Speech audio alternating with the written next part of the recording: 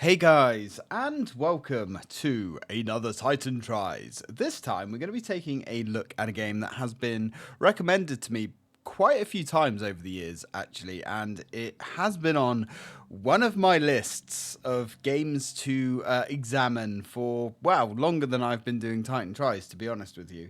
That game is Red Zone. It is for the Sega Mega Drive or Genesis, depending on where you're from. And it's an interesting one. It's kind of like one of the Strike games. It's a top-down, shoot everything style of game, except kind of like Urban Strike. You have the dual modes of play. So you have the bit when you're in the helicopter, and then you have the bit where you're running around on foot shooting things. And yeah, it's a game that I've always wanted to play. So I've got some information and a blurbage about it here. So Red Zone is a shoot 'em up developed by Zyrinx, I guess that's how you say it, and published by Time Warner Interactive. It was released in 1994 for the Sega Genesis, which is known as the Mega Drive outside of North America. Yes, we know that. So that's interesting. So it's actually released in 1994. Now, that's a very late Genesis or Mega Drive game, because the original PlayStation actually dropped in 1994. That was in Japan though. The rest of the world didn't see it till late 1995, if my memory is correct, and I'm pretty sure it is. Yeah, so that would have been a really late 16-bit release. Anyway, the game features a unique dual-mode gameplay where the player switches between piloting a helicopter and on-foot action, both of which can be played from a top-down and a first-person shooter perspective. That's interesting. I didn't realize it had like a first-person shooter perspective. Okay, maybe we'll have to have a little look at that. This game was a technical achievement. Red Zone is notable for its advanced use of technology on the Sega Genesis / Mega Drive platform, as such as full screen rotation, 3D vectors, and real-time zoom, and full motion video. Yes, this game really did push some boundaries. I don't know if they used some kind of like special hardware chip or something in the cartridge, or whether it was just, really, really crazy what they managed to extract out of that 16-bit system.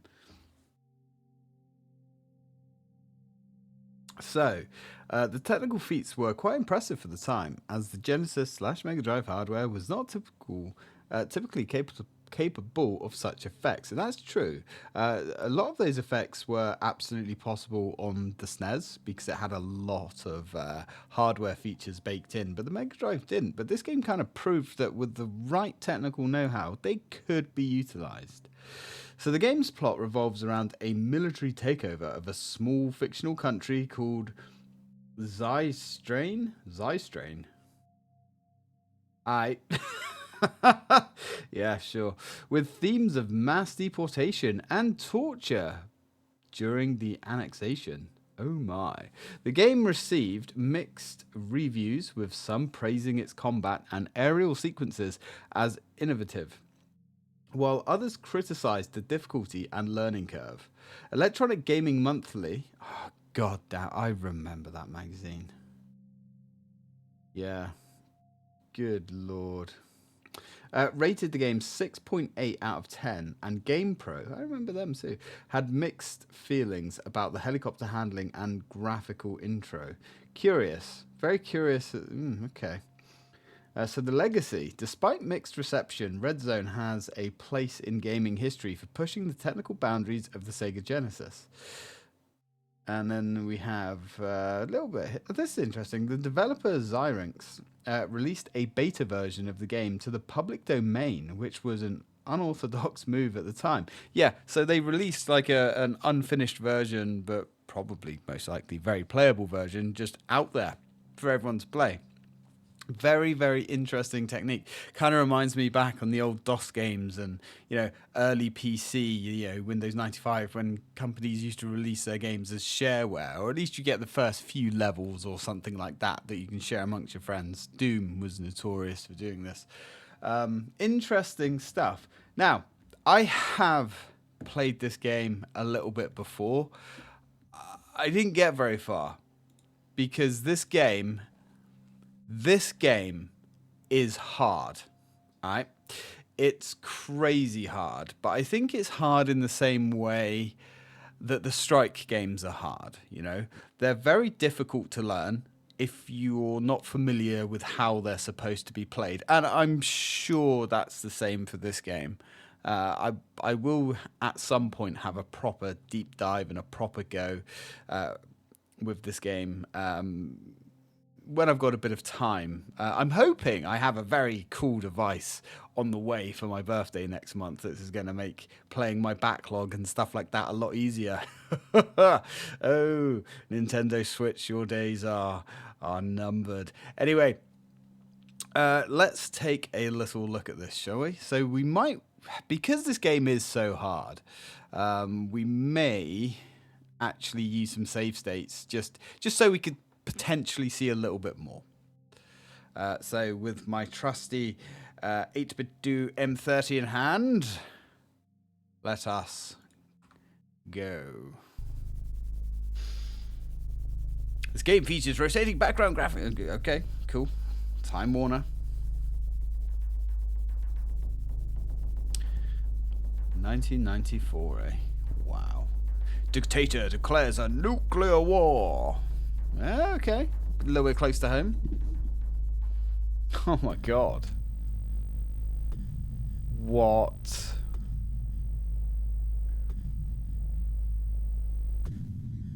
Look how smooth this is. You have 24 hours. Was that a TV show? I don't watch TV shows. Yes, 24. Alright. And here we have our heroes. Okay, interesting. And that is absolutely deafening in my headphones there. So Red Zone, and there we have our Apache in the background. We have a little bit of history here. What does this say? April 9th, 1995. So 1 year after this game came out, a military takeover has just happened in a small country named Zyrikstan. Wait, Zyrikstan. Zyrikstan. Yeah, that's that's not quite the spelling that I have over here on my tips and information. Thanks, Microsoft Copilot. The coup was led by the former colonel of the Zyrikstan army, Ivan Retrovitz. That's a name and a half, isn't it? Ivan Retrovitz, a brutal, power-seeking psychopath and notorious liar. Oh dear, I don't like liars. Okay, unfortunately, there are huge deposits of nuclear weapons in the country. Oh yes, video games, how we love thee. So, Ivan Retrovitz, the brutal power-seeking psychopath and notorious liar, he just happens to have huge deposits of nuclear weapons. Oh, video games. So, I guess there's nothing else we can do apart from start. Now, I can explain a little bit about this game. So, Mission 1, obtaining infiltration software. You must go to an undercover agent located in the southern east island. Okay, I was like, is land?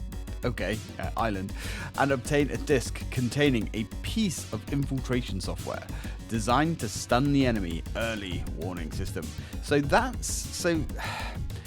map there is the playing field, so to speak.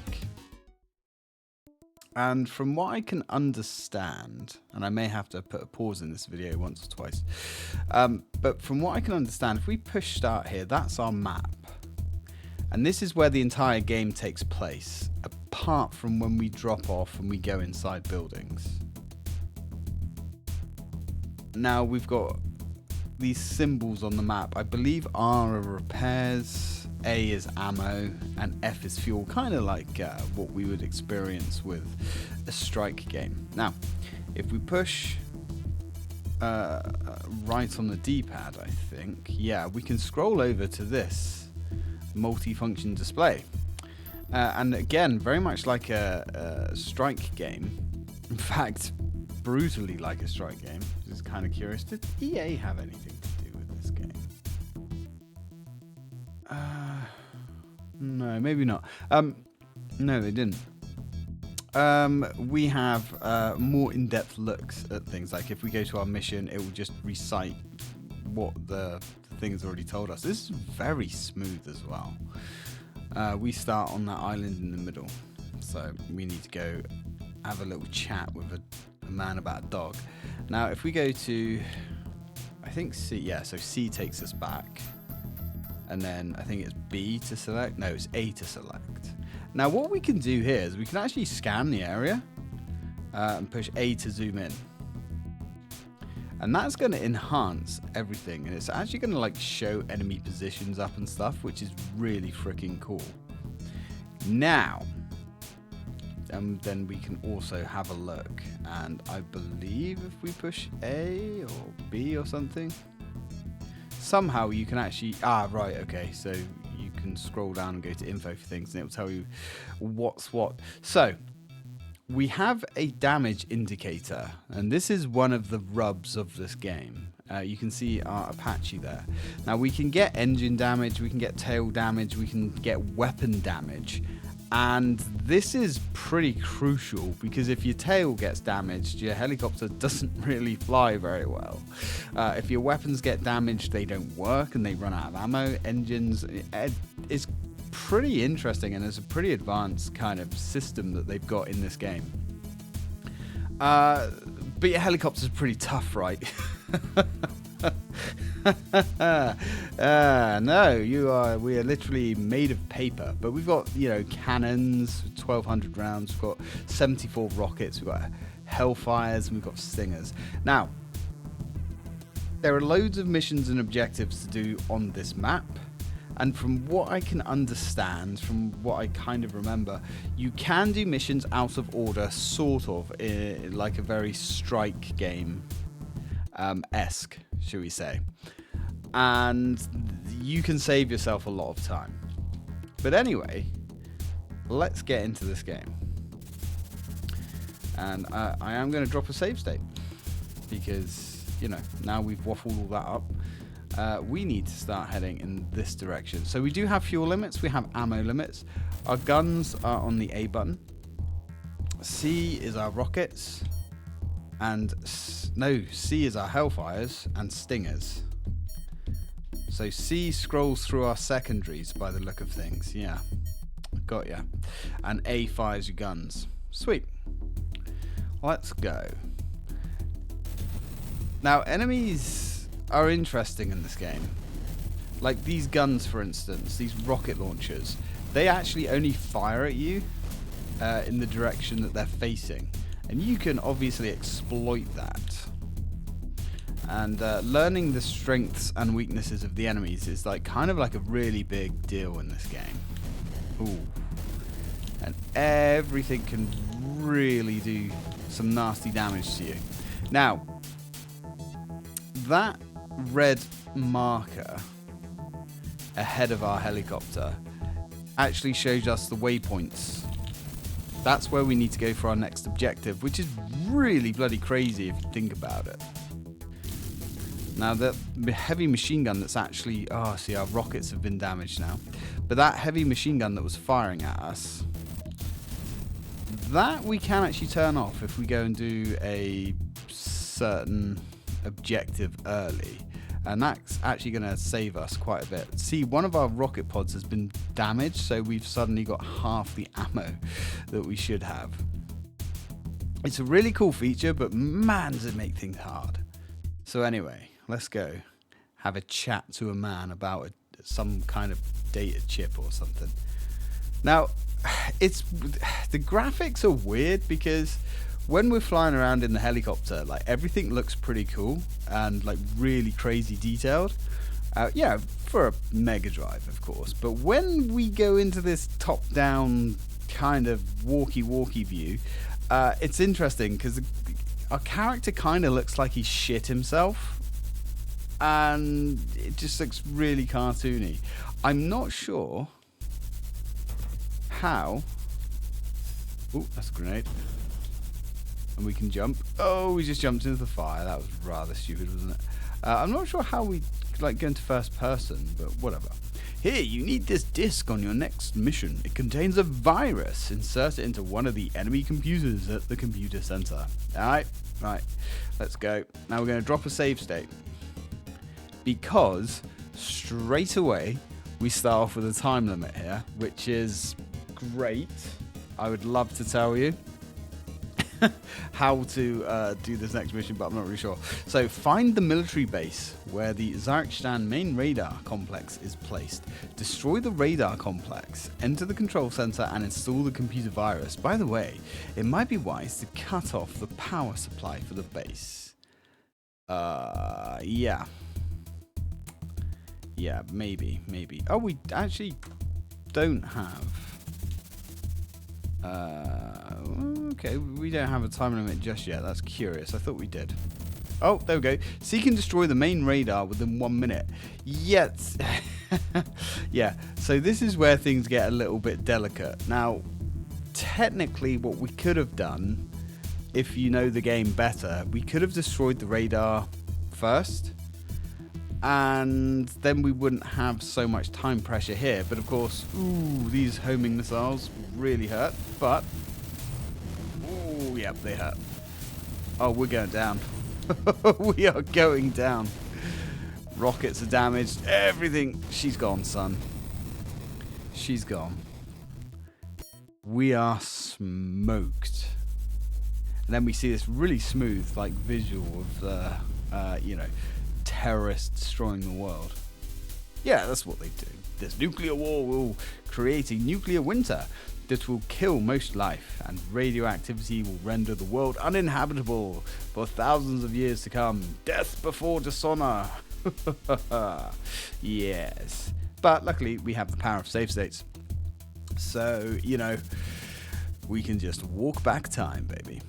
So, 1 minute to get this objective done. I'm not promising that I can do this objective because I don't really know. Oof. Come on.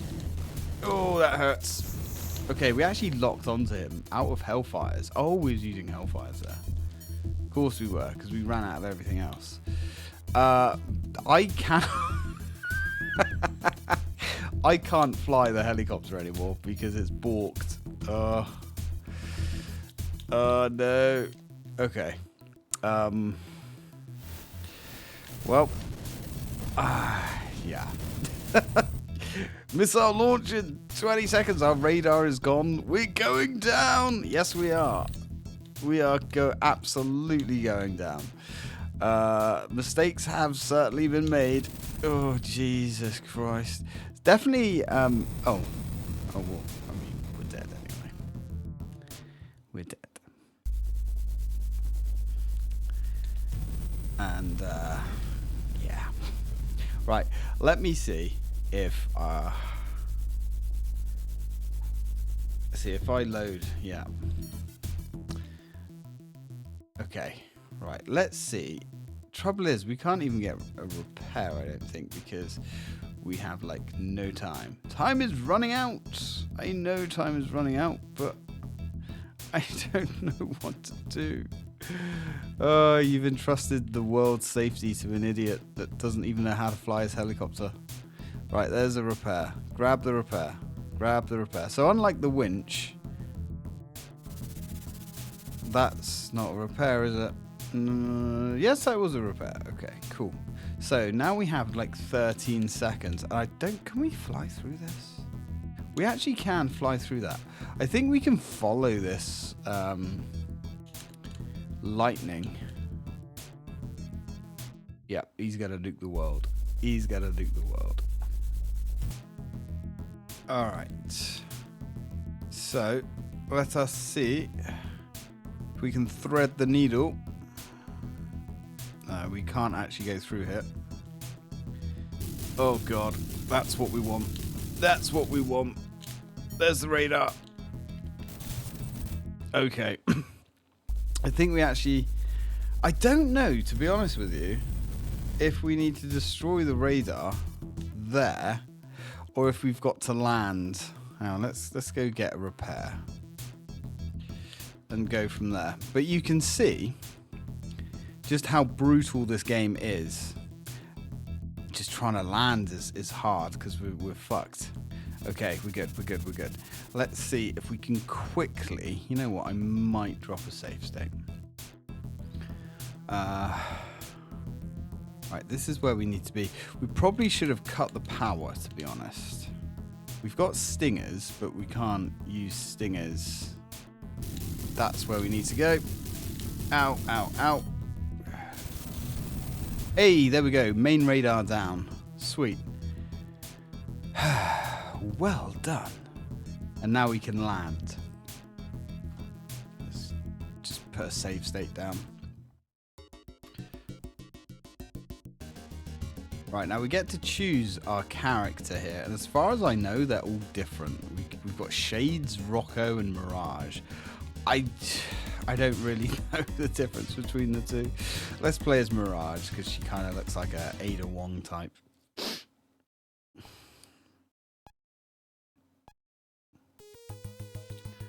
Alright, so here we are. We're inside the building. Now, I do remember there are some sneaky... Oh, there's a gun there. For instance, look, there's a gun there. But what we can do... We can jump with the C button, as we know. And we can fire with the A button. And we do have knives as well. Somehow... There we go. By pushing the C button, we can actually push these nuclear barrels. And I got that tip, actually. Oh, yeah, if you throw a knife, you can pick it back up again, which is fun. Right. So he's gone. Let's keep moving. Look how, like, weirdly 3D everything is as well, by the way. That's actually really cool. There's a guy hiding in here. Oh. I'd rather you didn't shoot me.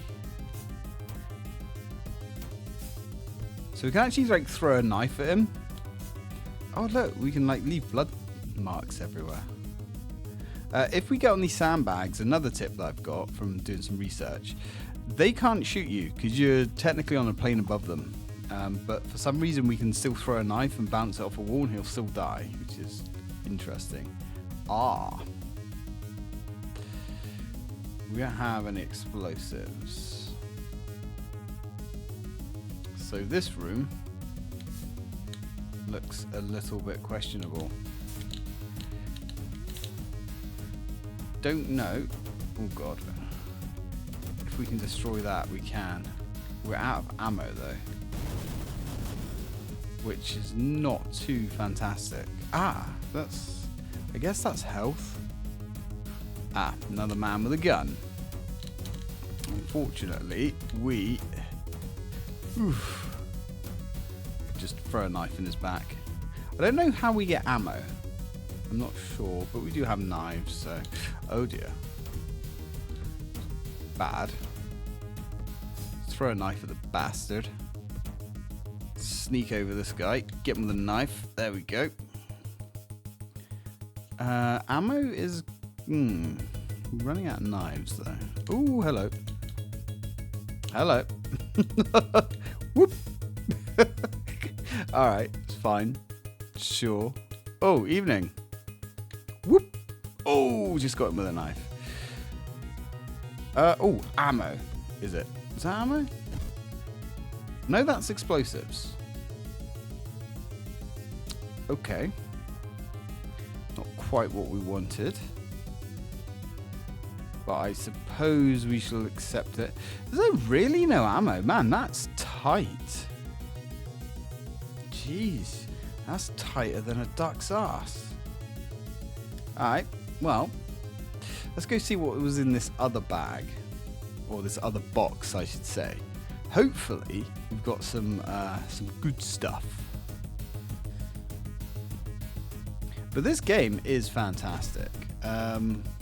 Yeah, that was just health. That's not going to help us. I don't know how we use explosives. That's a problem. Right, so explosives are A and B together because, of course they are. Bodies slow us down. Alright, cool, whatever. Alright, so there we go. 64 gigabytes ready to use. That would have been so much memory back then. Virus EXE. This facility will self-destruct in 1 minute. Something wonderful has happened. Software failure. Okay. So we have a minute to escape, which is not necessarily fantastic. But that's fine. We'll get out of here. Let's just waddle away, kind of like we've shit our pants. Now, yeah, this door's actually blocked, but we can blow it up. This door actually blocked when we went through it, which is kind of interesting. That's something that we're going to have to remember. I don't know why there's just like 4 chairs in the corner. Who gets to sit on the chairs? And now we're on mission 3. HQ has located an enemy nuclear ramp. Avoid air-to-air combat by eliminating the northwestern airbase first, and then enter the enemy bunkers to destroy the missile ramps before Ivan initiates a counterattack. Well, we're nearly on half an hour here, guys, so I'm probably gonna stop playing. I have a very busy few days coming up. Week actually. Waste them. So the air-to-air combat is interesting in this game, and yeah, well, I'm pretty sure I will most likely at some point, maybe this year, do a full LP of this game, but I need to learn it quite a bit first. It's not an incredibly long game, but it's one of those games where you really do need to know what you're doing. The airbase, for instance, on a video that I watched quite a while ago, he smashed that first, and he destroyed the power station first as well, before even doing the first mission, and that made things later on in the game much easier. So things like that, you know. He also obviously knew the game inside out, so he knew what areas to hit, where to clear out, that kind of stuff. So that's what I need to look at really to master this game, and I do intend to do just that. So anyway, guys, I'm going to wrap this up. Thank you very much for watching. Let me know what you thought of this game. I think it looks really good. I mean, the Strike games back in the day did lose some review score because of their punishing difficulty, and they were, especially Jungle Strike. Jungle Strike was absolutely savage.